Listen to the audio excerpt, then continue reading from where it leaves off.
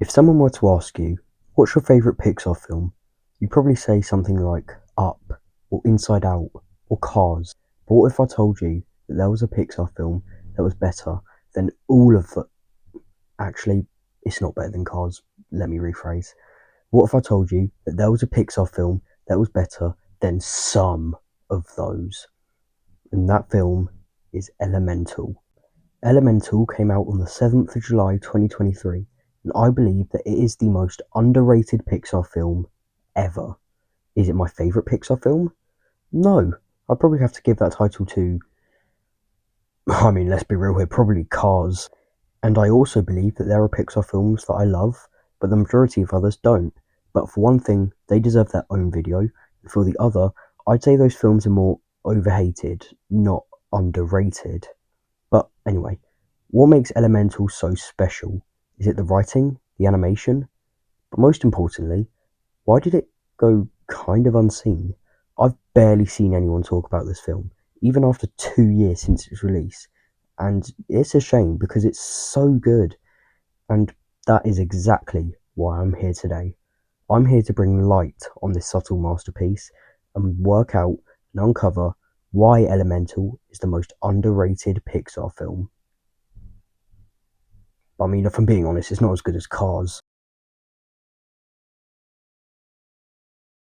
Now, before we get into this, I just want to say that if you haven't already watched Elemental, I highly recommend you do it, either now or after the video, because it's such a good film, and I know that this video will only slightly cover the greatness of it all. But for now, let's dive right in. The movie opens on two Fire people arriving in Element City on a boat. Immigrants arriving on small boats, the Tories would hate this. Anyway, they go to this welcome centre, but because the guy at the desk couldn't understand their names, he creates new ones, Bernie and Cinder. But that's not their names, it's pure discrimination and Sorry, this film gets me emotional. Bernie and Cinder look for places to live, but no one wants them because they're fire. They find this rundown place, and over the years turning into a bustling shop in a section of Element City called Firetown, now with their daughter, Ember, whose plan is to take over the shop when her parents retire. And when you first hear this, you probably think, oh, it's parents forcing their dreams onto their kids, such a boring cliche trope we've seen a bajillion times before. But this isn't the case for this film.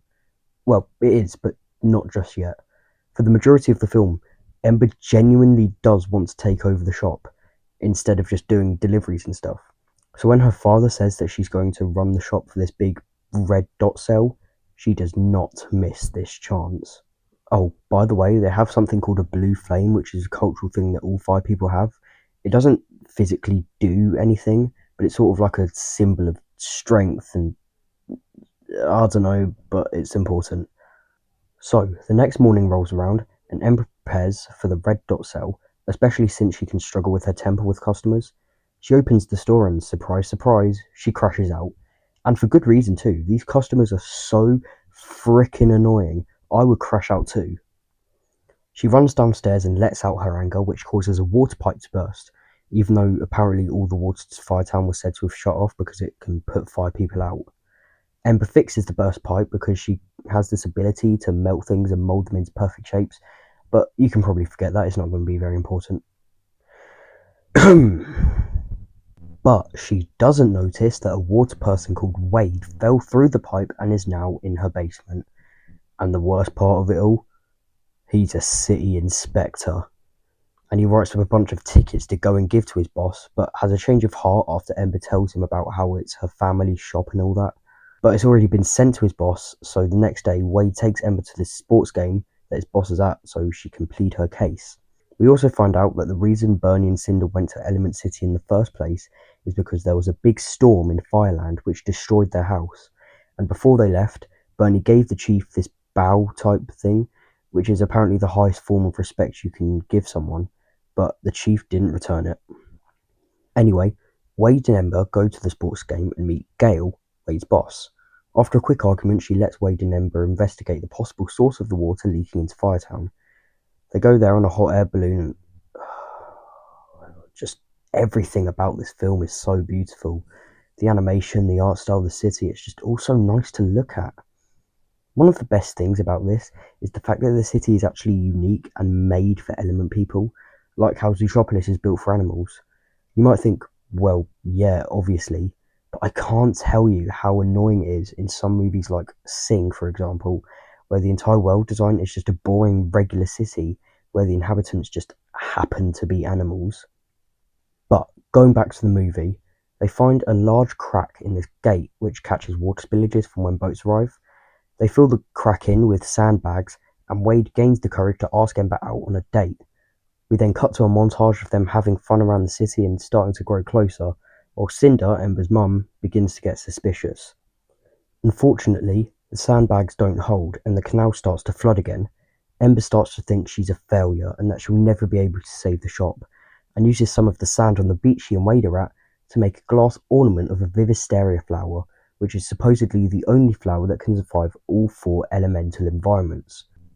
We learn that Bernie took Ember to see a Vivisteria tree when she was younger, but they weren't allowed in because there were fire, and because the place flooded, she could never go back. How is this the same movie that was advertised as some slop that was just filled with puns? Also, the fact that when Ember is feeling down, her flames get smaller and less bright is just such a subtle but amazing addition to this already incredible animation. Wade and Ember realise they can use the sand from the sandbags to mould glass over the hole in the gate, so they go there immediately and it works.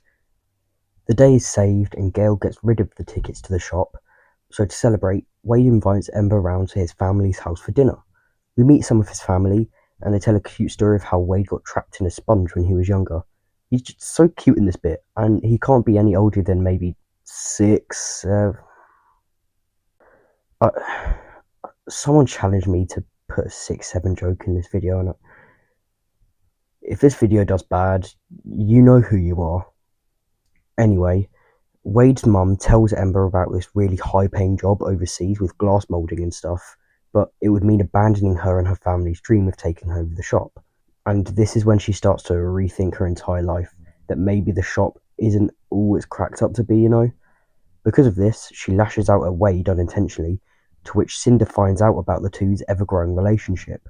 Oh, and I forgot to say this before, but Cinder is all into spiritualness and stuff, especially to do with love. They go inside and test their love, but before they could find out if it was true love or not, Bernie wakes up, so Wade has to run. Bernie says that he's made up his mind, and at the end of the month, he's gonna retire. He even ordered a new sign for the front of the shop. But because of what Wade's mum said, Ember's starting to reconsider this whole thing, so right now she's only sort of half excited. We then get possibly the most beautiful scene in the entire film. Ember meets Wade and Gale at the front gate of the place where the Vivisteria tree is. Gale creates an air bubble in the flooded bit, and Ember jumps in. Wade then takes her to see the Vivisteria flowers blooming and blossoming, even in the flood, because, like I said, it's the only flower that can survive all 4 elemental environments. They pop out under a bridge, and this right here is the most pivotal point of not just Wade and Ember's story, but the future of Element City as a whole. They touch. All this time, they thought that element people couldn't touch, but here they are, fire and water, dancing under a bridge like it's nothing. But Ember realises something. She can't have the shop and Wade at the same time, it would never work. So she leaves Wade under the bridge and goes back to the shop. We cut to a few days later, and the Fire family are having a big retirement party, handing over the mantle to Ember. But what do you know, Wade turns up and he drops the bomb. Bernie gets mad, kicks Wade out, and cancels his retirement. But in a shocking turn of events, we see that the glass couldn't hold as well as they thought, and a big wave of water starts washing over Firetown. It hits the shop and everyone tries to save it. Even Wade comes back to help. But when trying to protect the blue flame, Wade and Ember trap themselves in the back room. They try to get out, but it starts to get too hot. By the time help comes, it will be too late. So when Bernie and Cinder break down the rubble to save the two, it isn't the two. It's Ember, on her own, crying because her own body heat was what made her lose Wade, and it's only when he's gone that she admits that she loved him back. Sorry, this film is just so emotional. Who made this so emotional? I can't deal with it. Pixar, man, what are you doing to me? But suddenly, in the chimney, now filled with debris, they hear crying. Wade's crying. If they make him cry enough, then enough evaporation will be condensed back into water. They say a bunch of emotional things to make Wade cry even more, and he returns like nothing ever happened. And finally, after all this, they kiss. Ember decides to take the overseas job, leaving the shop to some close family friends, but before she goes, she gives Bernie the same bow of respect he gave to the chief, and he returns it. The bad blood against water people is over, and they go on a boat together towards a new life. Oh my god, what a movie. Everything about this film was just absolutely incredible. The writing, the animation, the voice acting, everything just brings this film together in perfect harmony. And I'm going to put it straight right here. It's definitely one of my favourite Pixar films of all time. I watched this film at the cinema, and it was absolutely nothing like how I expected. And that brings me to the main reason I'm even making this video in the first place. Why is Elemental so underrated? And it all dwindles down to one thing: the marketing. The marketing for this film was so bad, I can't even tell you. The movie was advertised as this cheap love story that was just filled to the brim with dumb, cringeworthy puns. Everything from the trailers to the ads on the sides of buses, it was all just puns and cheap jokes. But overall, there were about 10 puns in the entire hour and 50 minutes, and about 8 of them were in the trailers. Instead, it's a story about racism that isn't just a copy of Zootropolis. If Zootropolis focuses on the propaganda side of racism, this focuses more on segregation and prejudices.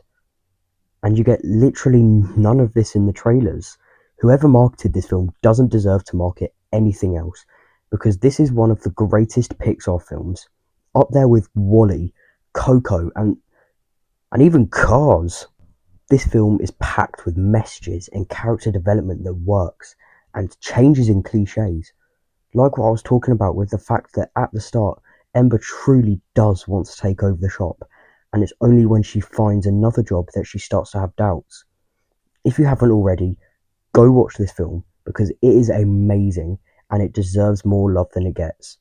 So when you finish the video, grab a snack, grab a drink, turn on your TV, and press play, because I can guarantee you will not be disappointed.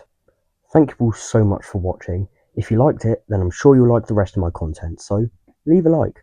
And if you're feeling it, why not subscribe too? And you might see a video on Star Wars very soon. It's completely free, and you can always unsubscribe later, but why would you? It's amazing here. And to anyone saying it's not, then just listen here. You're now manually breathing. You're now manually blinking. Your tongue doesn't fit comfortably in your mouth, and you're starting to get an itch on your back that you really want to scratch, but your arm just can't reach the right area. But for now though, I'll leave you guys to it, as you've just watched why Elemental is the most underrated Pixar film of all time. But I mean, let's be honest, it's not as good as Cars.